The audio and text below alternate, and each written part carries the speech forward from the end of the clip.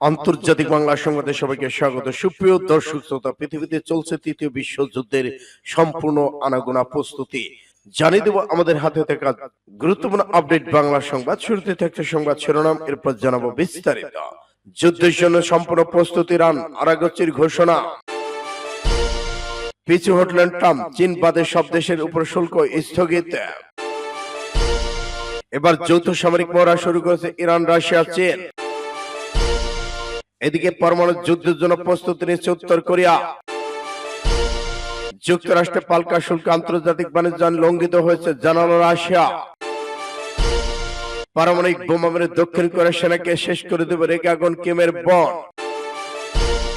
আরো থাকছে অনন্তিন মৃত্যু ফাঁদে গাজাবাসী, জাতিসংঘ মহাসচিব। এবং সর্বশেষ জানিয়ে দেব ইসরায়েলের বিমান ঘাঁটি ঝাঁঝরা করে দিয়েছে ইরান, নিশ্চিত করলো সিএনএন। এতক্ষণ শুনছিলেন সংবাদ শিরোনাম, এখন বিস্তারিত। তবে অনুরোধ থাকবে এই ভিডিওটিতে একটি লাইক দিন এবং কমেন্টস করে জানিয়ে দেন আপনি কোন জেলা থেকে বা কোথা থেকে আমাদের সাথে যুক্ত রয়েছেন। ইরান ইসরায়েল যুদ্ধের আপডেট গুরুত্বপূর্ণ বাংলা সংবাদ পেতে চ্যানেলটি সাবস্ক্রাইব করুন, আমাদের সঙ্গে থাকুন এবং জানিয়ে দিন আপনার গুরুত্বপূর্ণ মূল্যবান মতামত। ধন্যবাদ। যুদ্ধের জন্য সম্পূর্ণ প্রস্তুতি ইরান, আব্বাস আরাগচির ঘোষণা। ইরানের পররাষ্ট্রমন্ত্রী আব্বাস আরাগচি বলেছেন, ইরানে কেউ আক্রমণ করার সাহস করবে না, কেননা ইরান যে কোনো পরিস্থিতির জন্য সম্পূর্ণ প্রস্তুত রয়েছেন। সোমবার তেহরানে রেড ক্রিসেন্ট সোসাইটির এক বৈঠকের ফাঁকে সাংবাদিকদের তিনি বলেন, আমি নিশ্চিত কেউ ইরানে আক্রমণ করার কথা ভাববে না, কারণ তারা এর পরিণতি সম্পর্কে অবগত। কারণ তারা জানে যে সশস্ত্র বাহিনী, ত্রাণকর্মী, সরকার ও ত্রাণ জনগণ বিভিন্ন ক্ষেত্রে ইরান সম্পূর্ণ প্রস্তুত রয়েছেন। আব্বাস আরাগচি উল্লেখ করেন, আমি আবার বলতে চাই, কোনো যুদ্ধ হবে না, কারণ আমরা এই পরিস্থিতির জন্য সম্পূর্ণ প্রস্তুত রয়েছে। তিনি বলেন, এটি আমাদের সুনির্দিষ্ট এবং স্পষ্ট নীতি। যতক্ষণ পর্যন্ত ইসলামিক প্রজাতন্ত্র ইরানের জনগণের প্রতি মার্কিন দৃষ্টিভঙ্গি মৌলিক পরিবর্তন না আসে, ততক্ষণ পর্যন্ত সরাসরি আলোচনা হবে না। পরোক্ষ চ্যানেলের পথ উন্মুক্ত এবং ইরান পরোক্ষ মাধ্যমে বার্তা পৌঁছে দিবে।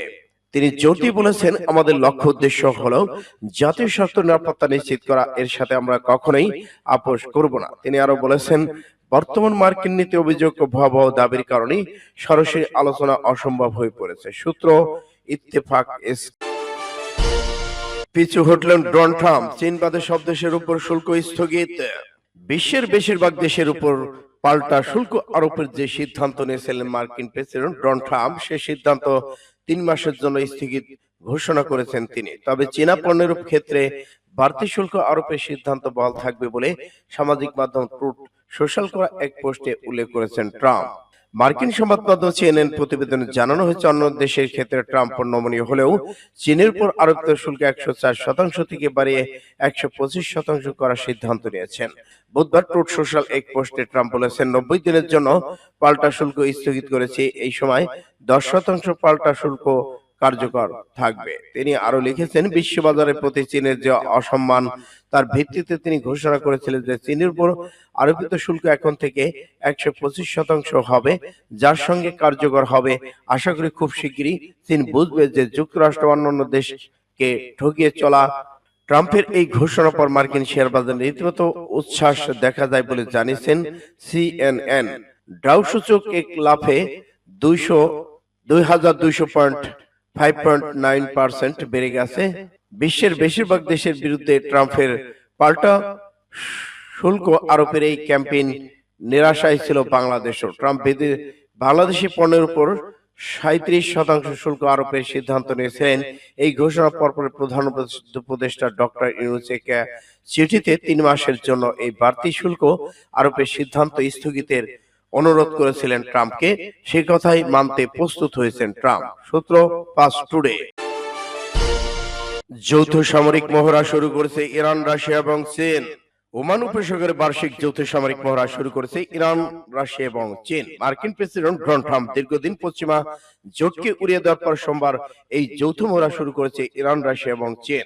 চীনের রাষ্ট্রীয় সংবাদ মাধ্যম খবরে বলা হয়েছে, ইরানের চাবাহর বন্দরের কাছে সিকিউরিটি বেল্ট 2025 মহড়াটি 2019 সাল থেকে অনুষ্ঠিত হয়ে আসছে। এটি ইরান, চীন এবং রাশিয়া পঞ্চম যৌথ নৌ মহড়া। বিশ্লেষকরা দীর্ঘদিন ধরে এই মহড়াকে তিনটি কর্তৃত্ববাদী শক্তির মধ্যে ক্রমবর্ধমান আংশিকদারিত্বের প্রদর্শন হিসেবে দেখে আসছেন, কারণ তারা মার্কিন প্রভাবকে ভারসাম্যহীন করতে এবং পশ্চিমা নেতৃত্বাধীন বিশ্ব ব্যবস্থাকে চ্যালেঞ্জ জানাতে চায়। চীন রাশিয়া নৌ বাহিনীর যুদ্ধজাহাজ, যুদ্ধ সহায়তা জাহাজ, সেই সঙ্গে ইরানের বাহিনী সেনা এবং বিপ্লবী গার্ডের যুদ্ধজাহাজ মহড়া অংশগ্রহণ করেছে। এই অঞ্চলের নিরাপত্তা জোরদার অংশগ্রহণকারী দেশগুলোর মধ্যে বহুপাক্ষিক সহযোগিতা প্রসারিত করাই এটি মহড়ার লক্ষ্য। বিবৃতিতে আরো বলা হয়েছে, ভারত মহাসাগর উত্তরাঞ্চলে বেশ কয়েকটি দিন ধরে স্ক্রু আটক জাহাজ উদ্ধার, সমুদ্রে অনুসন্ধান উদ্ধারের পাশাপাশি সমুদ্র আকাশ লক্ষ্যবস্তুতে কামানে গোলা নিক্ষেপ করবে। আজারবাইজান, দক্ষিণ আফ্রিকা, ওমান, কাজাকিস্তান, পাকিস্তান, কাতার, ইরাক, সংযুক্ত আরব আমিরাত, শ্রীলঙ্কা পর্যবেক্ষক হিসেবে উপস্থিত থাকবে। সূত্র CNN। পরমাণু যুদ্ধের জন্য প্রস্তুত নিচ্ছে উত্তর কোরিয়া। সামরিক বাহিনীকে পারমাণবিক অস্ত্র ব্যবহারের জন্য প্রস্তুত থাকার নির্দেশ দিয়েছেন উত্তর কোরিয়ার নেতা কিম জং উন। কোরীয় উপদ্বীপের পশ্চিম উপকূলে একটি ক্ষেপণাস্ত্র উৎক্ষেপণ কেন্দ্রে কৌশলগত ক্রুজ ক্ষেপণাস্ত্রে পরীক্ষা চালানোর তদারকির সময় এই নির্দেশ দেন তিনি।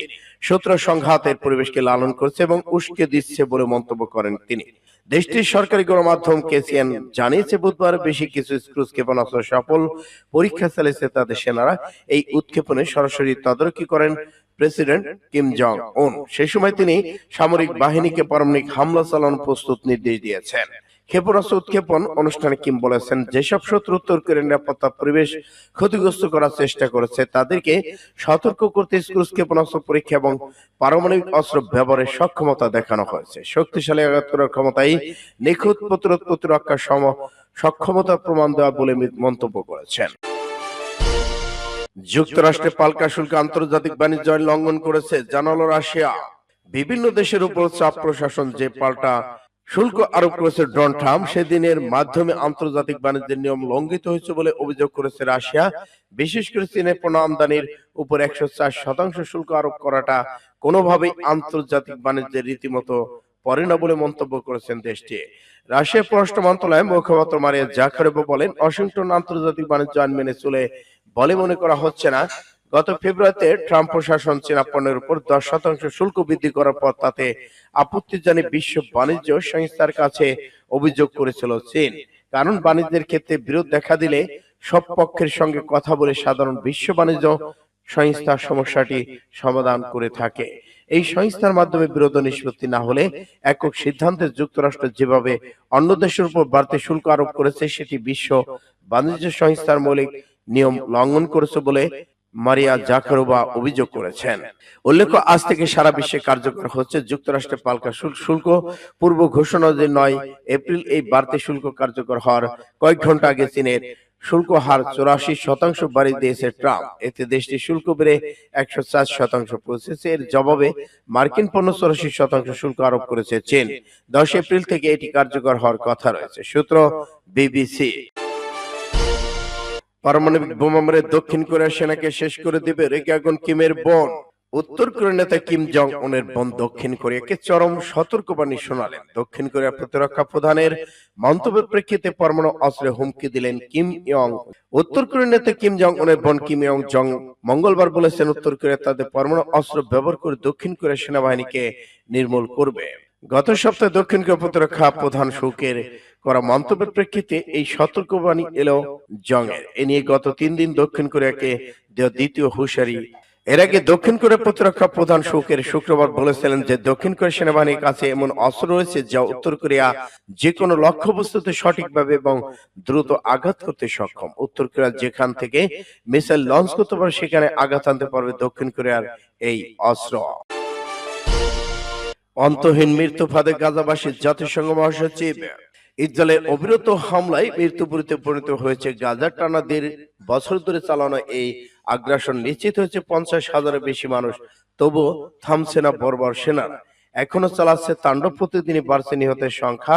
মৃত্যু ভয়ে আদমরা হয়ে দিন দিন পার করছে বেঁচে যাওয়া বাসিন্দারা। একই সঙ্গে প্রায় 2 মাস ধরে অবরুদ্ধ হয়ে আছে উপত্যকাটি। খাবার নেই, ওষুধ, জ্বালানি, আশ্রয়ের কোনো সুব্যবস্থা নেই। ইসরায়েলি হামলা আর অবরোধ এবারে শূন্য গাজা। এমন পরিস্থিতিতে গাজাকে মৃত্যুকূপ বলে অভিহিত করেছেন জাতিসংঘ মহাসচিব অ্যান্টনিও গুতেরেস। মঙ্গলবার নিউ ইয়র্কের জাতিসংঘ সদর দপ্তরে দেওয়া এক সংবাদ সম্মেলনে তিনি বলেছেন, গাজা এখন মৃত্যুকূপ, যেখান থেকে এক অন্তহীন মৃত্যু ফাঁদে আটকে পড়েছে গাজাবাসী, বিবিসি আলাদুল এজেন্সি। গুতেরেস আরো বলেছেন, 1 মাসেরও বেশি সময় ধরে গাজা এক ফোঁটাও সাহায্য প্রবেশ করেনি। খাবার নেই, জ্বালানি নেই, ওষুধ নেই। এটাই গাজার নির্মম বাস্তবতা। ত্রাণ বন্ধ হয়ে যাওয়ার ফলে মানবিক বিপর্যয়ের দরজা আবার খুলে গেছে গাজা। গুতেরেস এর মন্তব্যের জেনেভা কনভেনশন বিষয়ে বলেছেন, যে কোনো দখলদার শক্তিকে আন্তর্জাতিক আইন অনুসারে জনস্বাস্থ্য খাদ্য চিকিৎসা সহায়তা নিশ্চিত করতে হবে, কিন্তু ইসরায়েল এর লঙ্ঘন করেছেন। ইসরায়েলি বিমান ঘাঁটি ঝাঁঝরা করে দিয়েছে ইরান, নিশ্চিত করল সিএনএন। দখলদার ইসরায়েলের সামরিক অবকাঠামোকে লক্ষ্য করে মঙ্গলবার রাতে ব্যাপক হামলা চালিয়েছে ইরান। এর মধ্যে অন্যতম ছিল নেভাটিম বিমান ঘাঁটি। যুক্তরাষ্ট্রের সংবাদ মাধ্যম সিএনএন হামলার ভিডিও বিশ্লেষণ করে জানিয়েছেন, নেভাটিভ ঘাঁটিতে অন্তত কয়েক ডজন মিসাইল ছুড়েছে ইরান, যেগুলো একের পর এক ঘাঁটিতে আঘাত হানতে দেখা গেছে। সংবাদ মাধ্যমটি জানিয়েছে, তারা যে দুটি ভিডিও বিশ্লেষণ করেছেন সেগুলোর মধ্যে একটি সাধারণ ধারণা করা হয়েছে আরাত আন্নাকাব শহর থেকে। এটি বিমান ঘাঁটির দক্ষিণ দিকে অবস্থিত। ভিডিওতে যেসব ভবন দেখা গেছে সেগুলোর সঙ্গে পুরনো ছবির সাদৃশ্যতা খুঁজে পেয়ে সিএনএন নিশ্চিত করেছেন, ভিডিওটি ঘাঁটির পাশ থেকে ধারণা করা হচ্ছে। আকাশের উপর দিয়ে ধরা ক্যামেরায় ধরা পড়েছে কয়েক ডজন মিসাইল। এই ঘাঁটিতে উপর পড়েছে। এই সময় সেখানে সাইরেন বাজছিল। ওই সময় আরো দেখা যায় মিসাইল ঠেকানোর একটি প্রতিরোধ মিসাইল ব্যাটারি থেকে ছুড়েছে ইসরায়েল বাহিনী। এছাড়া ঘাঁটির কন্ট্রোল টাওয়ার ভিডিওতে দেখা যাচ্ছিল। ঠিক তখনই ঘাঁটিতে মিসাইল পড়তে থাকে এবং সেগুলো বিস্ফোরিত হতে থাকে। এরপর ওই ঘাঁটি থেকে ধোঁয়ার কুণ্ডলী শুরু হয়। তখন ঘাঁটিতে একের পর এক মিসাইল পড়তে বিস্ফোরিত হতে থাকে। এতে রীতিমতো আতঙ্কিত হয়ে গেছে ইসরায়েল। ঘাঁটির কোনো অবকাশ লক্ষ্য করে এগুলো মিসাইল শুরু হয়েছে সেটি রাতে অন্ধকার বোঝা যায়নি বলে জানিয়েছে সূত্র আরব নিউজের।